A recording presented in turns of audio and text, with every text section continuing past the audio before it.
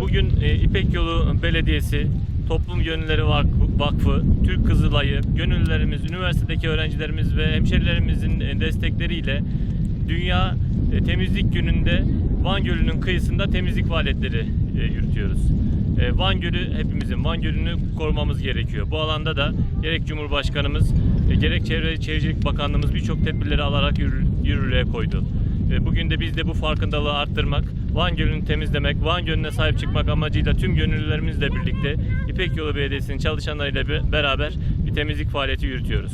Maalesef üzüntü verici bir şekilde çok fazla çöp çıkıyor.